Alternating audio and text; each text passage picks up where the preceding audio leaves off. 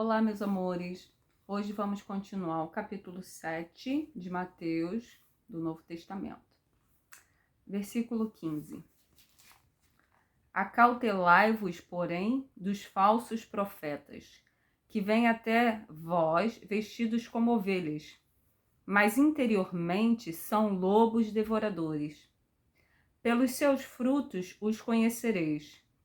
Porventura colhem-se uvas dos espinheiros ou figos dos abrolhos? Assim, toda árvore boa produz bons frutos, e toda árvore ruim produz frutos maus.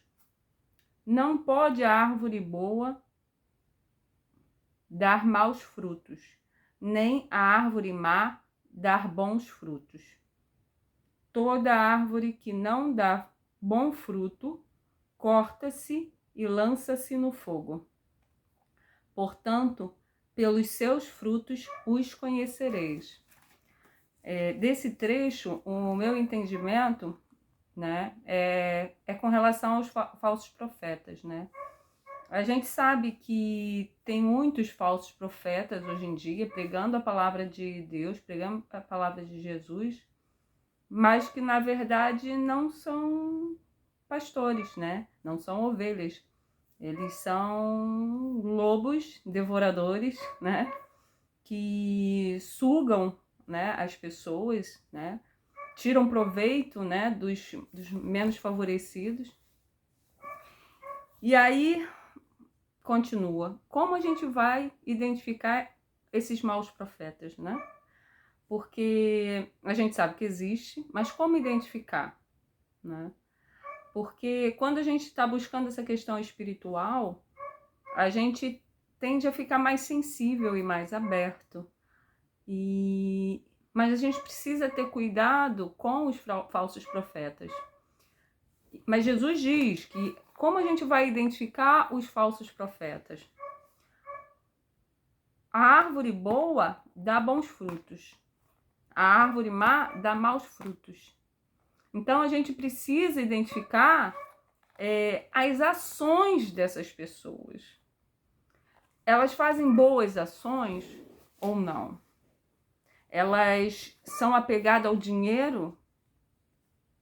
Então, assim, a gente precisa, antes de se entregar, né, a um aconselhamento, né, de um profeta da atualidade, né, que são os padres, pastores e até pessoas com mais conhecimento, a gente precisa avaliar a quem nós estamos buscando aconselhamento. A gente está buscando aconselhamento com pessoas que realmente vivem a palavra ou só pregam?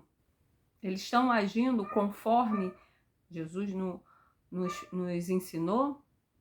Ou eles falam, né, pregam uma coisa e fazem outra? A gente precisa avaliar isso, porque a gente não pode pedir aconselhamento para uma árvore ruim, que vai dar maus frutos, porque ela vai aconselhar de maneira errada, ou até aconselha conforme a palavra, mas não age conforme. Então a gente tem que ficar muito atento com esses falsos profetas. E continuando. Nem todo o que me diz Senhor, Senhor, entrará no reino dos céus, mas aquele que faz a vontade do meu Pai, que está nos céus. Muitos me dirão naquele dia: Senhor, Senhor, não profetizamos nós em teu nome? E em teu nome não expulsamos demônios? E em teu nome não fizemos muitas maravilhas? Então lhes direi abertamente: nunca vos conheci. Apartai-vos de mim, vós que praticais a iniquidade. Todo aquele, pois, que escuta estas minhas palavras e as pratica, assemelhá-lo-ei ao homem prudente, que edificou a sua casa sobre a rocha. E desceu a chuva, e correram rios, e assopraram ventos, e combateram aquela casa, e não caiu, porque estava edificada sobre a rocha. E aquele que ouve estas minhas palavras e não as cumpre, compará-lo-ei ao homem insensato, que edificou a sua casa sobre a areia, desceu a chuva, e correram rios, e assopraram os ventos, e combateram aquela casa. E ela caiu, e foi grande a sua queda. E aconteceu que, concluindo Jesus este discurso, a multidão se admirou da sua doutrina, porquanto os ensinava como tendo autoridade, e não como os escribas. Então, pelo que eu entendo, assim, os escribas eram os que detinham o conhecimento, né? Eram os especialistas das leis, né? Do Antigo Testamento. Então, o povo, quando ouvia, né, os ensinamentos de Jesus, reconheciam nele a autoridade, né? O conhecimento da palavra e das leis e de todas esses ensinamentos que vinham de Deus. Justamente porque ele passava a autoridade mais do que os especialistas. E aí, voltando, né, e fazendo a ligação com esse trecho anterior que a gente leu, que eu entendi foi o seguinte: esses falsos profetas, essas pessoas que ouvirem a palavra, mas não as colocar em prática, é como se não tivesse criando alicerce, né, e edificando a sua casa. Não adianta ir para a igreja, não adianta ir ler a Bíblia, não adianta se dizer cristão e não colocar em prática os ensinamentos que Jesus deixou. Então a gente precisa, todos aqueles capítulos anteriores que a gente leu junto, forma a base do que a gente tem que fazer. Porque aqui, logo no início, ele diz que quando a gente chegar ao julgamento após nossa morte, e for lá, Jesus, mas a gente não pregou em seu nome, não expulsou demônios? E aí também tem os falsos profetas, que eles vão estar assim, né? A gente não fez, não leu sua palavra, e a gente também, se a gente não mudar as ações, né? Porque não é só ler, não é só passar a informação, não é só se dizer cristão, a gente precisa colocar em prática.